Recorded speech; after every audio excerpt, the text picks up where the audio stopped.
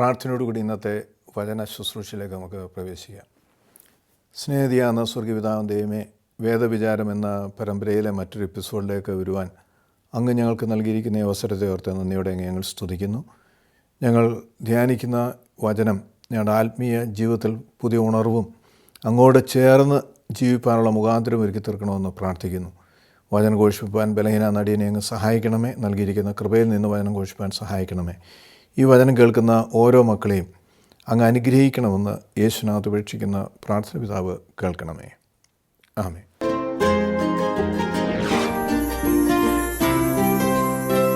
ഇന്ന് നമ്മുടെ ചിന്തയ്ക്കായി യോഹന്നാൻ്റെ സുവിശേഷം 7-ാം അധ്യായം 37-38 തിരുവചനങ്ങൾ. ഉത്സവത്തിൻ്റെ മഹാദിനമായ അവസാന നാളിൽ യേശു നിന്നുകൊണ്ട് വിളിച്ച് പറഞ്ഞത്, ആർക്കെങ്കിലും ദാഹിക്കുന്നുവെങ്കിൽ അവൻ എൻ്റെ അടുക്കൽ വന്നു കുടിക്കട്ടെ. എന്നിൽ വിശ്വസിക്കുന്നവൻ്റെ ഉള്ളിൽ നിന്ന് തിരുവെഴുത്ത് പറയുന്നത് പോലെ ജീവജലത്തിൻ്റെ നദികൾ ഒഴുകും. ത്രിയേക ദൈവത്തിൻ്റെ തിരുനാമത്തിന് മഹത്വം ഉണ്ടാകട്ടെ. കർത്താവിൽ പ്രിയ സഹോദരങ്ങളെ, യേശുവിൻ്റെ ഈ ലോക ജീവിത വാസം തന്നോട് ഒപ്പമായിരുന്നവർക്കും തന്നെ കണ്ടുമുട്ടിയവർക്കൊക്കെയും വളരെ അനുഗ്രഹങ്ങളായിരുന്നു എന്ന് തിരുവചനം പഠിക്കുമ്പോൾ നമുക്ക് കാണുവാൻ കഴിയും. ദൈവരാജ്യത്തെക്കുറിച്ച് പ്രസംഗിച്ചും പലവിധ രോഗങ്ങളും വ്യാധികളും പൈശാചിക ബന്ധനങ്ങളിലും ആയിരുന്നവർക്ക് മോചനങ്ങൾ നൽകിയ അനേക സംഭവങ്ങൾ തൻ്റെ പരസ്യ പ്രവർത്തന കാലത്ത് നമുക്ക് കാണുവാൻ തൊക്കെ കഴിയും. യേശുവിൻ്റെ സാന്നിധ്യം എല്ലാവർക്കും ആശ്വാസമായിരുന്നു. താൻ പോകുന്ന സ്ഥലങ്ങളിലൊക്കെയും വളരെയധികം ആളുകൾ കൂടി വരുന്നതായും യേശുവിൽ നിന്ന് പഠിക്കുകയും ചെയ്യുന്നതൊക്കെ നാം കാണുന്നുണ്ട്.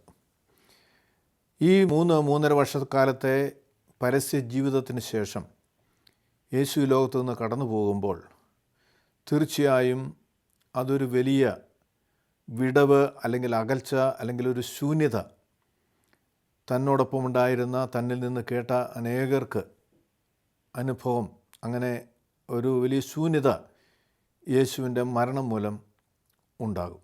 നമുക്കറിയാം, നമ്മുടെ പ്രിയപ്പെട്ടവർ ഈ ലോകത്തു നിന്ന് കടന്നു പോകുമ്പോൾ, നാം സ്നേഹിക്കുന്നവർ ഈ ലോകത്തു നിന്ന് കടന്നു പോകുമ്പോൾ ഒരു വലിയ ഭാരം, ദുഃഖം, ഒരു ശൂന്യത നമ്മുടെയൊക്കെയും ജീവിതത്തിൽ ഉണ്ടാകാറുണ്ട്. എന്നാൽ ഇവിടെ നിന്ന് കടന്നു പോകുന്നതിന് മുമ്പ് തന്നെ യേശു ഒരു വലിയ വാഗ്ദത്തം നൽകിയിട്ടാണ് കടന്നുപോയത്. നാം അത് യോഹന്നാൻ്റെ സുവിശേഷം 14-ാം അധ്യായം 16-17 തിരുവചനത്തിൽ വായിക്കുന്നുണ്ട്. ഞാൻ പിതാവിനോട് ചോദിക്കും, നിങ്ങളോട് കൂടെ എന്നേക്കും ഉണ്ടായിരിക്കേണ്ടതിന് അവൻ മറ്റൊരു ആശ്വാസപ്രദനെ നിങ്ങൾക്ക് തരും, സത്യത്തിൻ്റെ ആത്മാവിനെ തന്നെ. ലോകം അവനെ കാണുകയോ അറിയുകയോ ചെയ്യാത്തതിനാൽ അതിനവനെ സ്വീകരിക്കുവാൻ കഴിയുകയില്ല. അവൻ നിങ്ങളിൽ വസിക്കുകയും നിങ്ങളോടുകൂടെ ഉണ്ടായിരിക്കുകയും ചെയ്യുന്നതുകൊണ്ട് നിങ്ങൾ അവനെ അറിയുന്നു. യേശു ഇവിടെ നിന്ന് കടന്നു പോകുന്നതിന് മുമ്പ് ഒരു വലിയ വാഗ്ദത്തം നൽകിയതിന് ശേഷമാണ് കടന്നു പോകുന്നത്.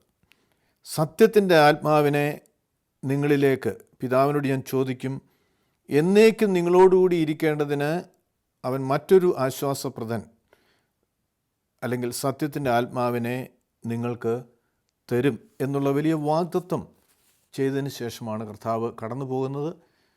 മാത്രമല്ല, തൻ്റെ ശിഷ്യന്മാരോട് 10 ദിവസങ്ങൾ കാത്തിരുന്ന് പ്രാർത്ഥിക്കുവാൻ ആവശ്യപ്പെട്ടതിന് ശേഷമാണ് കടന്നു പോകുന്നത്.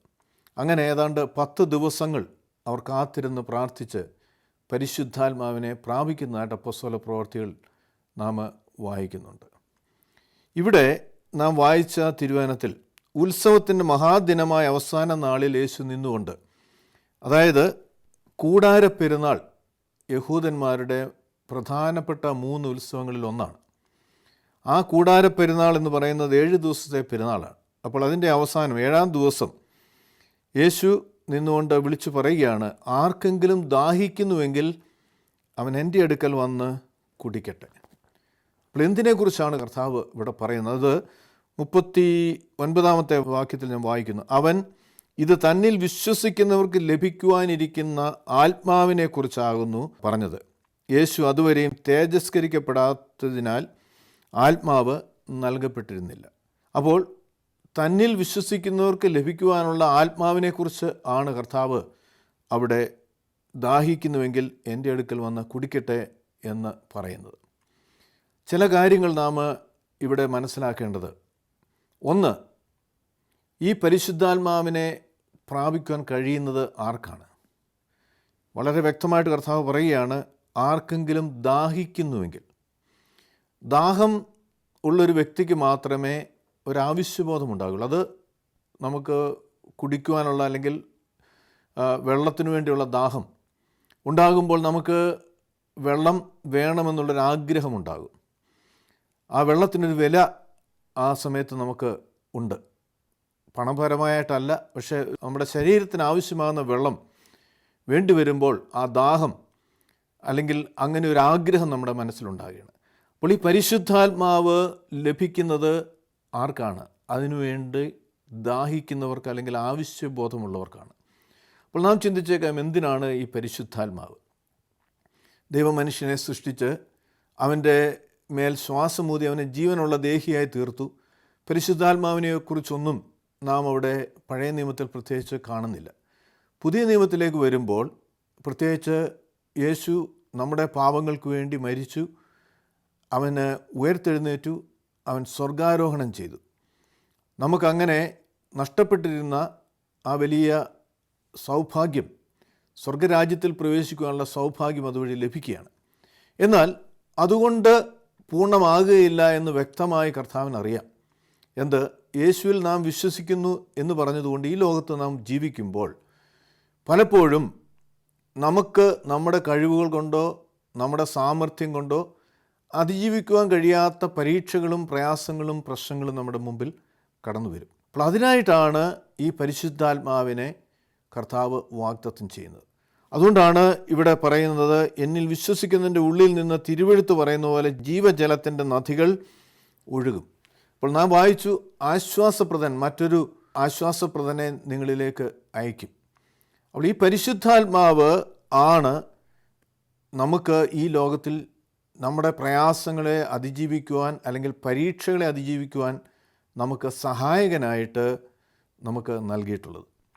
അത് നാം യോഹന്നാൻ്റെ സുവിശേഷം 16-ാം അധ്യായത്തിൻ്റെ 7-ഉം 8-ഉം തിരുവചനത്തിലേക്ക് വരുമ്പോൾ നാം വായിക്കുകയാണ്, എന്നാൽ ഞാൻ നിങ്ങളോട് സത്യം പറയുന്നു, ഞാൻ പോകുന്നത് നിങ്ങൾക്ക് പ്രയോജനം തന്നെ.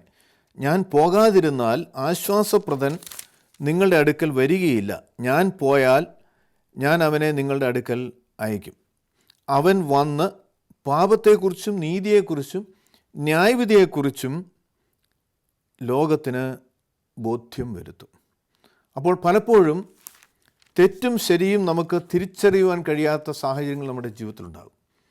പലപ്പോഴും നാം സമൂഹത്തിൽ നല്ലൊരു ഭൂരിപക്ഷം ആളുകളും ചെയ്യുന്ന കാര്യങ്ങൾ സത്യമാണ്, ശരിയാണ് എന്ന് നാം ചിന്തിച്ചുകൊണ്ട് അതിനെ നാമും പ്രവർത്തിക്കുവാൻ നാം പലപ്പോഴും ശ്രമിക്കും. എന്നാൽ വാസ്തവത്തിൽ സത്യം എന്താണ്, തെറ്റെന്താണ് എന്ന് നമുക്ക് ബോധ്യപ്പെടുത്തി തരുന്നത് പരിശുദ്ധാത്മാവാണ്. അതുകൊണ്ടാണ് കർത്താവ് പറയുന്നത്, അവൻ വന്ന് പാപത്തെക്കുറിച്ചും നീതിയെക്കുറിച്ചും ന്യായവിധിയെക്കുറിച്ചും ലോകത്തിന് ബോധ്യം തരും. അപ്പോൾ പരിശുദ്ധാത്മാവ് ഒരു വ്യക്തിയിൽ വന്നു കഴിയുമ്പോൾ നമുക്കതൊരു കൺവിക്ഷൻ, തെറ്റാണെങ്കിൽ തെറ്റാണ് എന്ന് നമ്മെ ഉപദേശിക്കുവാൻ പരിശുദ്ധാത്മാവ് നമ്മെ സഹായിക്കും എന്ന് തിരുവചനം നമ്മെ ഓർമ്മപ്പെടുത്തുകയാണ്. അപ്പോൾ ക്രൈസ്തവരായിരിക്കുന്ന ഓരോ വ്യക്തിക്കും മറ്റ് മതങ്ങളിൽ നിന്ന് വ്യത്യസ്തമായി ലഭ്യമായിരിക്കുന്ന ഒരു വലിയ അനുഗ്രഹമാണ് പരിശുദ്ധാത്മാവിനെ പ്രാപിക്കുവാനുള്ള ആ ഒരു വലിയ അനുഗ്രഹം.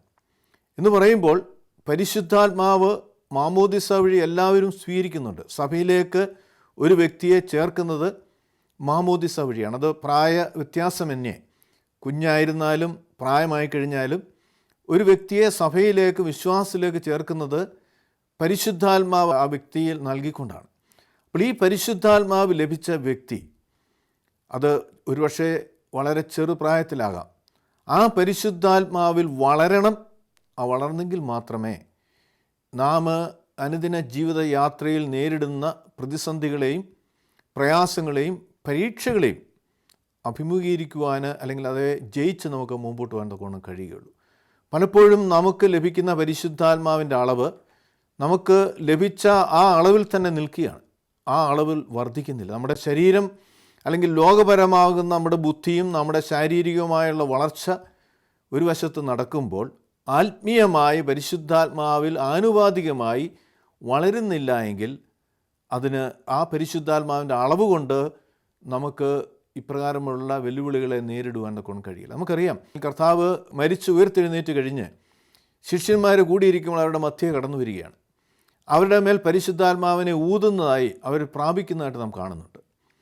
പക്ഷേ അവർക്ക് ലഭിച്ച ആ പരിശുദ്ധാത്മാവിൻ്റെ അളവ് തീർച്ചയായിട്ടും അവർ മുമ്പോട്ട് പോകുവാനുള്ള പ്രവർത്തനങ്ങൾക്ക് മതിയാവുന്നതായിരുന്നില്ല. അതുകൊണ്ടാണ് അവരോട് പറയുന്നത്, നിങ്ങൾ കാത്തിരുന്ന് പ്രാർത്ഥിക്കുക. അങ്ങനെ അപ്പോസ്തല പ്രവൃത്തി 2-ാം അധ്യായത്തിൽ നാം വായിക്കുന്നുണ്ട്. അവർ കാത്തിരുന്ന് പ്രാർത്ഥിച്ച് പരിശുദ്ധാത്മാവ് പെന്തക്കോസ്താ ദിനത്തിൽ അവരുടെ മേൽ ആവസിക്കുകയാണ്. അപ്പോൾ ആ പരിശുദ്ധാത്മാവിൻ്റെ, അതായത് അവരുടെ മേൽ ഊതിയപ്പോൾ ലഭിച്ച പരിശുദ്ധാത്മാവിൻ്റെ നിറവോ അല്ലെങ്കിൽ അളവോ അവർ നേരിടുവാൻ പോകുന്ന വെല്ലുവിളികളെ അതിജീവിക്കുവാൻ തക്കോണം കഴിയുകയില്ല. അതുകൊണ്ടാണ്, കാരണം നമുക്കറിയാം, അത് ആ പരിശുദ്ധാത്മാവ് പ്രാപിച്ച ശേഷമാണ് പത്രോസ്, ഞാൻ മീൻ പിടിക്കാൻ പോകുന്നു, പഴയ തൊഴിലിലേക്ക് ഉപേക്ഷിച്ച് പോയ വലയും വള്ളവും അന്വേഷിച്ചവൻ മീൻ പിടിക്കുവാൻ തക്കോണം കടന്നു പോകുന്നു. അവിടെ തിബിരിയാസിൻ്റെ കരയിൽ മറ്റ് 7 പേർ ഒരുമിച്ച് അവിടെ മീൻ പിടിക്കുമ്പോൾ കർത്താവ് അവിടേക്ക് കടന്നു വരുന്നതായിട്ട് നാം കാണുന്നുണ്ട്. അപ്പോൾ ഈ പരിശുദ്ധാത്മാവിൻ്റെ അളവ് അവർക്ക് മതിയാകുകയില്ല കർത്താവിൻ്റെ പ്രവർത്തനങ്ങൾ മുമ്പോട്ട് നയിക്കുവാൻ. അപ്പോൾ അതുകൊണ്ട് അവരോട് കാത്തിരുന്ന് പ്രാർത്ഥിക്കുവാൻ പറയുകയാണ്. അവർ കാത്തിരുന്ന് പ്രാർത്ഥിച്ച് പരിശുദ്ധാത്മാവിനെ പ്രാപിച്ചു കഴിഞ്ഞപ്പോൾ അന്നുവരെ ഉണ്ടായിരുന്ന ഭയം അവരിൽ നിന്ന് മാറുകയാണ്. അന്നുവരെ അവർ പ്രവർത്തിച്ച തരങ്ങളിലല്ല പിന്നീട് അവർ പ്രവർത്തിച്ചിരുന്നത് എന്ന് നമുക്ക് കാണുവാൻ തൊക്കണം കഴിയും. മാത്രമല്ല, അപ്പോസ്തല പ്രവർത്തികളിൽ അവർ ഈ പരിശുദ്ധാത്മാവിൻ്റെ നിറവ് പ്രാപിച്ചിട്ടും മുമ്പോട്ട് പോകുമ്പോൾ വലിയ ഭീഷണികൾ അവരുടെ മുമ്പിൽ വരികയാണ്. 4-ാം അധ്യായത്തിൽ നാം വായിക്കുന്നുണ്ട്, ഒരു അത്ഭുതകരമായ സൗഖ്യം ലഭിച്ച ഒരു വ്യക്തിയുടെ പേരിൽ അവർ നേരിടുന്ന പീഡനങ്ങൾ, അവരെ അടിച്ച് അയക്കുന്നതായിട്ടൊക്കെ നാം അവിടെ വായിക്കുമ്പോൾ അവരെന്താണ് ചെയ്യുന്നത്? അവർ വീണ്ടും ഒരുമിച്ചിരുന്ന് പ്രാർത്ഥിക്കുകയാണ്. 4-ാം അധ്യായത്തിൻ്റെ 24-ാം വാക്യം, അത് കേട്ടിട്ട് അവർ ഒരു മനസ്സോടെ ദൈവത്തോട് നിലവിളിച്ച് പ്രാർത്ഥിച്ചത്, ആകാശവും ഭൂമിയും സമുദ്രവും അവയിലുള്ള സകലതും സൃഷ്ടിച്ച നാഥ, ഞങ്ങളുടെ പിതാവും നിന്റെ ദാസനുമായ ദാവീദ് മുഖാന്തരം പരിശുദ്ധാത്മാവിനാൽ അരുളി ചെയ്തവനെ, ജനതകൾ കലഹിക്കുന്നതും ജനങ്ങൾ വ്യർത്ഥമായി നിരൂപിക്കുന്നതും എന്തിന്? ഭൂമിയിലെ രാജാക്കന്മാർ അണിനിരക്കുകയും അധിപതികൾ കർത്താവിനും അവൻ്റെ അഭിഷിക്തന്മാർക്കും എതിരായി ഒന്നിച്ചുകൂടുകയും ചെയ്തിരിക്കുന്നു. നീ അഭിഷേകം ചെയ്ത യേശു എന്ന നിൻ്റെ പരിശുദ്ധ ദാസനെതിരായി ഹേരോദവും പൊന്തിയോസ് പീലാത്തോസും ജാതികളും ഇസ്രായേൽ ജനവുമായി നഗരത്തിൽ ഒന്നിച്ചുകൂടി. സംഭവിക്കണം എന്ന് നിൻ്റെ കൈയും നിൻ്റെ ആലോചനയും മുൻ നിയമിച്ചതൊക്കെയും അവർ ചെയ്തിരിക്കുന്നു സത്യം. ഇപ്പോഴോ കർത്താവെ, അവരുടെ ഭീഷണികൾ നോക്കണമേ. നിൻ്റെ വചനം പൂർണ്ണ ധൈര്യത്തോടെ പ്രസ്താവിക്കുവാൻ നിൻ്റെ ദാസന്മാർക്ക് കൃപ നൽകണമേ. സൗഖ്യമാക്കുവാൻ നിൻ്റെ കൈ നീട്ടുന്നതിനാലും നിൻ്റെ പരിശുദ്ധ ദാസനായ യേശുവിൻ്റെ നാമത്തിൽ അടയാളങ്ങളും അത്ഭുതങ്ങളും ഉണ്ടാകുന്നതിനും തന്നെ. അപ്പോൾ പരിശുദ്ധാത്മാവ് 2-ാം അധ്യായത്തിൽ അവർ കാത്തിരുന്ന് പ്രാർത്ഥിച്ച് പരിശുദ്ധാത്മാവിനെ പ്രാപിക്കുന്നതായിട്ട് നാം വായിക്കുന്നുണ്ട്. പക്ഷേ ആ പരിശുദ്ധാത്മാവ് നിറഞ്ഞവർ മുമ്പോട്ട് പോകുമ്പോഴും പുതിയ വെല്ലുവിളികൾ അവർ നേരിടുകയാണ്. അപ്പോൾ എന്താണ് അവർ ചെയ്യുന്നത്? അവർ വീണ്ടും പരിശുദ്ധാത്മാവിൻ്റെ പുതിയ നിറവിന് വേണ്ടി അവർ പ്രാർത്ഥിക്കുകയാണ്. അങ്ങനെ നാം വായിക്കുന്നു 31-ാം വാക്യം, ഇങ്ങനെ പ്രാർത്ഥിച്ചപ്പോൾ അവർ കൂടിയിരുന്ന സ്ഥലം കുലുങ്ങി, എല്ലാവരും പരിശുദ്ധാത്മാവ് നിറഞ്ഞവരായി ദൈവവചനം ധൈര്യത്തോടെ പ്രസ്താവിച്ചു. അപ്പോൾ അവർക്ക് നേരത്തെ ഉണ്ടായിരുന്ന പരിശുദ്ധാത്മാവിൻ്റെ അളവ് പോരാ, പുതിയ നിറവിന് വേണ്ടി അവർ പ്രാർത്ഥിക്കുകയാണ്. അപ്പോൾ ഇത് നമ്മെ പഠിപ്പിക്കുന്ന ചില കാര്യങ്ങളുണ്ട്. നാം മാമോദിസ വഴി നാം സ്വീകരിച്ച പരിശുദ്ധാത്മാവ് തീർച്ചയായിട്ടും അതിനൊരളവുണ്ട്. നാം വളർന്ന് ഈ ലോകത്തിൻ്റേതാകുന്ന ജ്ഞാനവും ലോകത്തിലുള്ള കാര്യങ്ങളിൽ നാം വ്യാപൃതരായി മുമ്പോട്ട് പോകുമ്പോൾ പുതിയ വെല്ലുവിളികൾ, പുതിയതാകുന്ന പ്രയാസങ്ങൾ, പ്രശ്നങ്ങളൊക്കെയും നമ്മുടെ ജീവിതത്തിൽ കടന്നു വരുമ്പോൾ അവയെ നേരിടുവാൻ നാം പ്രാപിച്ച പരിശുദ്ധാത്മാവിൻ്റെ അളവ് പോരാ. കൂടുതൽ പരിശുദ്ധാത്മാവ് അല്ലെങ്കിൽ പരിശുദ്ധാത്മാവിൽ വളരണം എങ്കിൽ മാത്രമേ അത് സാധ്യമാകുകയുള്ളൂ. അങ്ങനെ അവർ പ്രാർത്ഥിക്കുന്നു, അവർ ആ പ്രശ്നങ്ങളെ നേരിടുന്നു, അവരുടെ പ്രവർത്തനങ്ങൾ അനുഗ്രഹമായിട്ട് മുമ്പോട്ട് നയിക്കുന്നു എന്ന് നാം കാണുകയാണ്. റോമർക്ക് എഴുതിയ ലേഖനം 8-ാം അധ്യായത്തിലേക്ക് വരുമ്പോൾ പൗലോസ് അപ്പോസ്തലൻ പറയുകയാണ്, 8-ാം അധ്യായത്തിൻ്റെ 14-ാമത്തെ തിരുവചനം, ദൈവാത്മാവിനാൽ നയിക്കപ്പെടുന്നവർ എല്ലാവരും ദൈവത്തിൻ്റെ മക്കളാകുന്നു. അപ്പോൾ ദൈവാത്മാവിനാൽ നയിക്കപ്പെടുന്നവരാണ് ദൈവത്തിൻ്റെ മക്കൾ. നാം എപ്പോഴും ക്രൈസ്തവനായതുകൊണ്ട് ദൈവത്തിൻ്റെ മകനാണ്, മകളാണ് എന്ന് നാം ചിന്തിക്കുന്നു. പക്ഷേ എങ്ങനെയാണ് ദൈവാത്മാവാൽ നയിക്കപ്പെടുന്നവർ? അപ്പോൾ നാം ദൈവത്തിൻ്റെ ആത്മാവിനാൽ നയിക്കപ്പെടുന്നവരായി തീരണം. അപ്പോൾ നയിക്കപ്പെടണമെങ്കിൽ ആത്മാവ് നമ്മളിൽ വളരണം. അല്ലെങ്കിൽ നമ്മുടെ ബുദ്ധിയും നമ്മുടെ കഴിവിലും ആശ്രയിച്ചുകൊണ്ട് നാം മുമ്പോട്ട് പോകും. അവയേക്കാൾ ഉപരിയായി ആത്മാവ് വളർന്നെങ്കിൽ മാത്രമേ നമുക്ക് അപ്രകാരം ദൈവത്തിൻ്റെ മക്കളെന്ന് നമുക്ക് അവകാശപ്പെടുവാൻ തക്കവണ്ണം കഴിയുകയുള്ളൂ. നാം റോമർക്കെഴുതിയ ലേഖനം 7-ാം അധ്യായം 18 മുതൽ ഉള്ള തിരുവചനത്തിൽ നാം വായിക്കുകയാണ്. എന്നിൽ, അതായത് എൻ്റെ ജഡത്തിൽ നന്മ വസിക്കുന്നില്ലെന്ന് ഞാൻ അറിയുന്നു. നന്മ ചെയ്യുവാനുള്ള താല്പര്യം എനിക്കുണ്ട്, എന്നാൽ പ്രവർത്തിക്കുന്നില്ല. പൗലോസ് അപ്പോസ്തലൻ പറയുകയാണ്. നമുക്കറിയാം, കർത്താവിന് വേണ്ടി വളരെയധികം പ്രവർത്തിച്ച വ്യക്തിയാണ് പൗലോസ് അപ്പോസ്തലൻ. ആ പൗലോസ് അപ്പോസ്തലൻ പറയുകയാണ്, എന്നിൽ, അതായത് എൻ്റെ ജഡത്തിൽ നന്മ വസിക്കുന്നില്ലെന്ന് ഞാൻ അറിയുന്നു. നന്മ ചെയ്യുവാനുള്ള താല്പര്യം എനിക്കുണ്ട്, എന്നാൽ പ്രവർത്തിക്കുന്നില്ല. അപ്പോൾ നന്മ ചെയ്യുവാൻ ആഗ്രഹിക്കുന്നവരാണ് നാം ഓരോരുത്തരും. പക്ഷെ നമുക്കത് സാധ്യമാകാത്തത് എന്തുകൊണ്ടാണ്? അതാണ് അപ്പോസ്തലൻ പറയുന്നത്. നാം വീണ്ടും വായിക്കുകയാണ്, ഞാൻ ചെയ്യുവാൻ ആഗ്രഹിക്കുന്ന നന്മയല്ല, ആഗ്രഹിക്കാത്ത തിന്മയാണ് ചെയ്യുന്നത്. അങ്ങനെ ഞാൻ ആഗ്രഹിക്കാതെ പ്രവർത്തിക്കുന്നെങ്കിൽ പ്രവർത്തിക്കുന്നത് ഞാനല്ല, എന്നിൽ വസിക്കുന്ന പാപമത്രേ.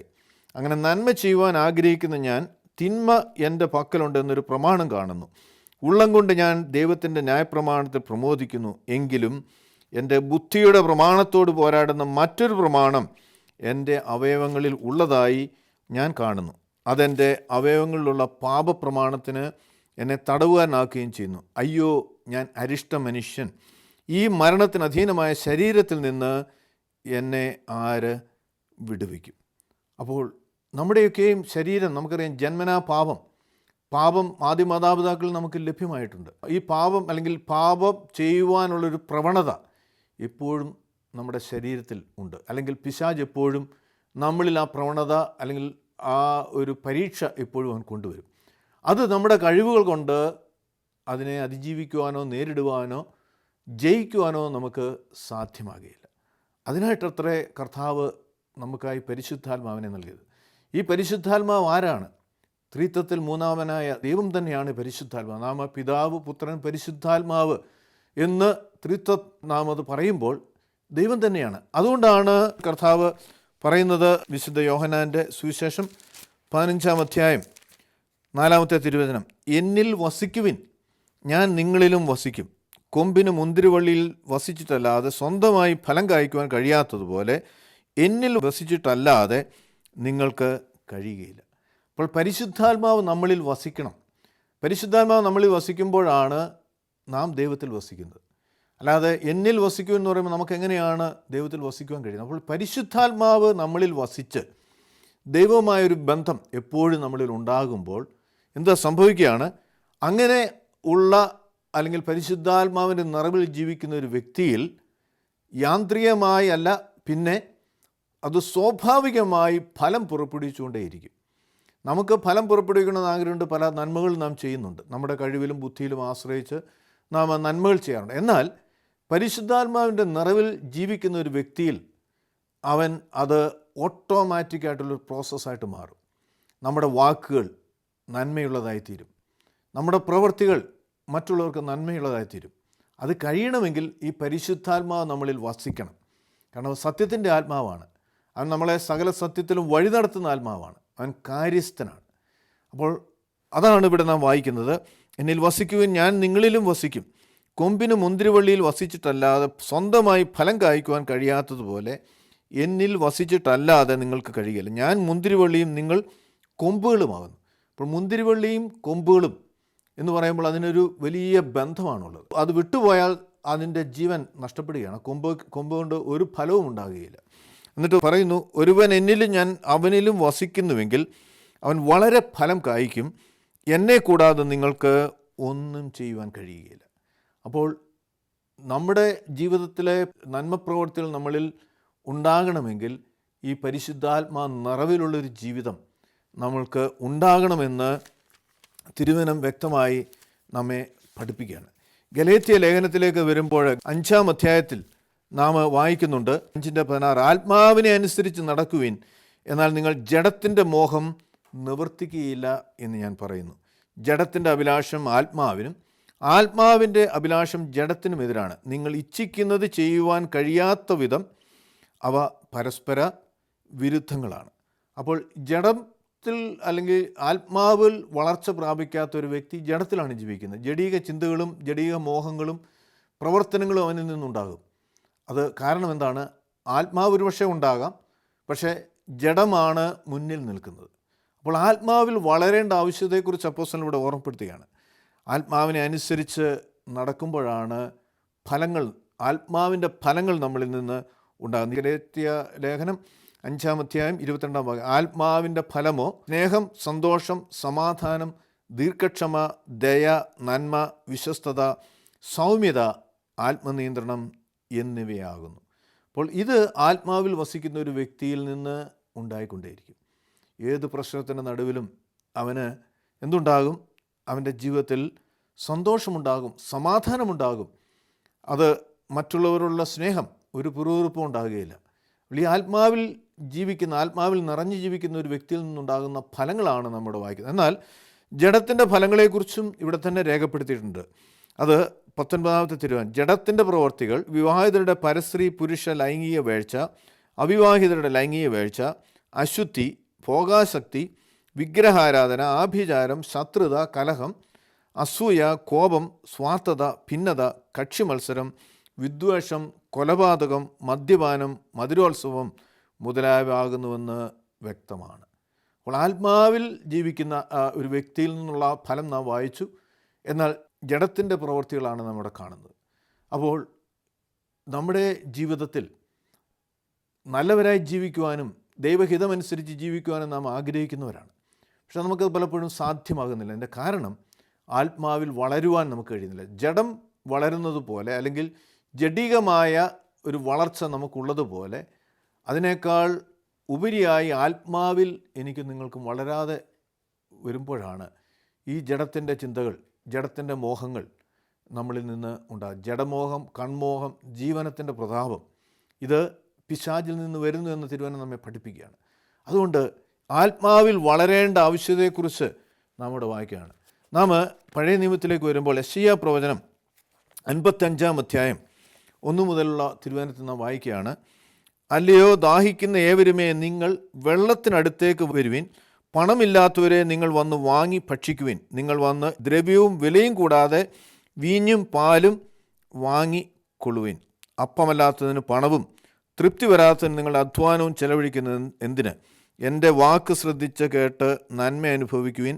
വിശിഷ്ട ഭോജനം കഴിച്ച് നിൻ്റെ ആത്മാവ് പ്രമോദിക്കട്ടെ.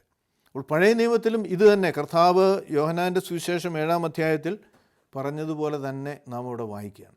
അപ്പോൾ ഈ ആത്മാവിനെ പ്രാപിക്കുവാനുള്ള ക്ഷണമാണ് കർത്താവ് ഇവിടെ ഉത്സവത്തിൻ്റെ ദിവസമായ അല്ലെങ്കിൽ മഹാദിനമായ അവസാനത്തെ നാളിൽ നിന്നുകൊണ്ട് വിളിച്ചു പറയുന്നത്. അപ്പോൾ ആ ഒരു ക്ഷണം അല്ലെങ്കിൽ ആ പരിശുദ്ധാത്മാവിനെ പ്രാപിക്കണമെങ്കിൽ ഒന്നാമത് അതിനെക്കുറിച്ചൊരു ബോധ്യം, എന്താണ് പരിശുദ്ധാത്മാവ്, എന്തിനാണ് എനിക്ക് പരിശുദ്ധാത്മാവ്, അതിനെക്കുറിച്ചൊരു ദാഹം നമുക്കുണ്ടാകണം. എനിക്ക് വേണം. ഈ പരിശുദ്ധാത്മാവിൻ്റെ നിറവിൽ ജീവിച്ചെങ്കിൽ മാത്രമേ ലോകത്തിൻ്റെ പരീക്ഷകൻ അല്ലെങ്കിൽ പ്രലോഭനങ്ങളിലെ അതിജീവിച്ച് മുമ്പോട്ട് പോകാൻ നമുക്ക് കഴിയുള്ളൂ. മാത്രമല്ല, ഏത് പ്രശ്നങ്ങളിലും നമ്മെ തളർത്തുന്ന, നമ്മെ തകർക്കുന്ന, നമ്മെ ദുഃഖിപ്പിക്കുന്ന തലങ്ങളിലുള്ള പ്രശ്നങ്ങൾ നേരിടുമ്പോഴും പരിശുദ്ധാത്മ നിറവിൽ നയിക്കപ്പെടുന്ന ഒരു വ്യക്തിയെ സംബന്ധിച്ചോളം അവനെപ്പോഴും സന്തോഷമാണ്. അത് എൻ്റെ ദൈവം അറിയാതെ, കാരണം അവന് പരിശുദ്ധാത്മാവ് വസിക്കുകയാണ്, ദൈവം വസിക്കുകയാണ്. അവനതിനെക്കുറിച്ച് ഭാരപ്പെടുകയില്ല. ദൈവം എൻ്റെ കൂടെയുണ്ട്, ദൈവം എന്നോടൊപ്പമുണ്ട്, എന്നെ നയിക്കുവാൻ അവൻ മതിയാണ്, അവൻ കാര്യസ്ഥനാണ്, അവൻ സഹായകനാണ്, അവൻ നമുക്ക് സഹായകനായി ദൈവം നൽകിയിരിക്കുന്ന ആണ് എന്നുള്ള ആ ഒരു വലിയ ബോധ്യം നമുക്കുണ്ടാകുകയും ഏത് പരീക്ഷകളെ അതിജീവിച്ചുകൊണ്ട് നമ്മുടെ ആത്മീയ ജീവിതം ഏറ്റവും അനുഗ്രഹപ്രദമായി ദൈവത്തിന് പ്രസാദകരമായി തീരുവാൻ അത് മുഖാന്തരം ഒരുക്കുകയാണ്. അപ്പോൾ ഒന്നാമത് ഇതിനു വേണ്ട ഒരു ആഗ്രഹം നമുക്കുണ്ടാകണം. അതിന് എന്ത് ചെയ്യണം? ആർക്കെങ്കിലും ദാഹിക്കുന്നു, ഒന്നാമതൊരു ദാഹം, പരിശുദ്ധാത്മാവ് എനിക്ക് വേണം. എൻ്റെ കഴിവുകൊണ്ട് ഞാൻ തീരുമാനങ്ങൾ എടുക്കാറുണ്ട്, പക്ഷേ എനിക്ക് കഴിയുന്നില്ല, എൻ്റെ ബലഹീനത എന്നെ സമ്മതിക്കുന്നില്ല, അല്ലെങ്കിൽ പലപ്പോഴും ഞാൻ വീണു പോവുകയാണ്, തെറ്റ് ചെയ്യുകയാണ്, പാപത്തിലേക്ക് വീണ്ടും പോവുകയാണ്. അപ്പോൾ സഹായകനായി നമുക്ക് നൽകിയിരിക്കുന്ന പരിശുദ്ധാത്മാവിനെ വേണമെന്നുള്ളൊരാഗ്രഹം നമുക്കുണ്ടാകണം. ഒന്നാമത്. രണ്ട്, അവൻ എൻ്റെ അടുക്കൽ വന്ന് കുടിക്കുക. രണ്ടാമത് എന്താണ്? കർത്താവിൻ്റെ അടുക്കൽ ചെല്ലണം. മറ്റൊരിടത്തു നിന്ന് ഇത് ലഭിക്കുകയില്ല. ഈ പരിശുദ്ധാത്മാവിനെ ആർക്കും തരുവാൻ സാധ്യമാകുകയില്ല. പരിശുദ്ധാത്മാവിനെ തരുന്നത് ദൈവം തന്നെയാണ്. പിതാവിൽ നിന്ന് ഞാൻ ചോദിക്കും, അവൻ നിങ്ങളിൽ എന്നേക്കും ഇരിക്കേണ്ടതിന് മറ്റൊരു കാര്യസ്ഥനെ, മറ്റൊരു ആശ്വാസപ്രദനെ നിങ്ങൾക്ക് നൽകും. അപ്പോൾ ആ പരിശുദ്ധാത്മാവ് ദൈവത്തിൽ നിന്ന് മാത്രമാണ് ലഭ്യമാകുന്നത്. അതിന് പല മുഖാന്തരങ്ങളുണ്ട് എന്ന് പറയുമ്പോൾ ധ്യാനങ്ങളാകാം, ഉപവാസങ്ങളാകാം, പ്രാർത്ഥനകളാകാം. ഇതൊക്കെയും അതിനുള്ള ഒരു വെന്യൂ ആണ്, അല്ലെങ്കിൽ അതിനൊരു മുഖാന്തരമാണ്. പക്ഷേ ലഭിക്കുന്നത് ദൈവത്തിൽ നിന്നാണ്. ആർക്കും. കാരണം നാം അപ്പോസ്തല പ്രവൃത്തികളിൽ തന്നെ വായിക്കുന്നുണ്ട്, ശിമോൻ പരിശുദ്ധാത്മാവിനെ പണം കൊണ്ട് വാങ്ങുവാൻ തൊക്കെ ആഗ്രഹിക്കുകയാണ്. പണം ശിഷ്യന്മാർക്ക് കൊടുക്കുമ്പോൾ അവർ പറയാണ്, ആ പണത്തോടുകൂടി നീയും നശിച്ചു പോകും, അതുകൊണ്ട് നീ അനുതപിച്ച്, തെറ്റാണത്, ഒരിക്കലും പണത്തിന് അത് തരുവാൻ സാധ്യമല്ല എന്ന് പറയുന്നുണ്ട്. അതുകൊണ്ട് രണ്ടാമത് നാം കർത്താവിൻ്റെ സന്നിധിയിലേക്ക് വരിക. കർത്താവിൻ്റെ സന്നിധിയിലേക്ക് വരിക എന്ന് പറയുമ്പോൾ പരിശുദ്ധനാകുന്ന ദൈവത്തിൻ്റെ സന്നിധിയിൽ വിശുദ്ധിയില്ലാത്ത നാം അനുതപിച്ച് പാപങ്ങൾ ഏറ്റുപറഞ്ഞ് കർത്താവിനോട് മാപ്പ് ചോദിച്ച് പരിശുദ്ധാത്മാവിനോട് പ്രാർത്ഥിക്കുമ്പോൾ ആ പരിശുദ്ധാത്മാവിൻ്റെ നിറവിൽ നമുക്ക് ജീവിക്കുവാൻ തക്കവണ്ണം കഴിയും. അതിനായിട്ട് ദൈവം നമ്മെ സഹായിക്കട്ടെ. പരിശുദ്ധാത്മാവിൻ്റെ നിറവിലുള്ളൊരു ജീവിതം നയിപ്പാൻ നമ്മെ ഓരോരുത്തരെയും ദൈവം സഹായിക്കട്ടെ. ദൈവം നമ്മെ അനുഗ്രഹിക്കട്ടെ.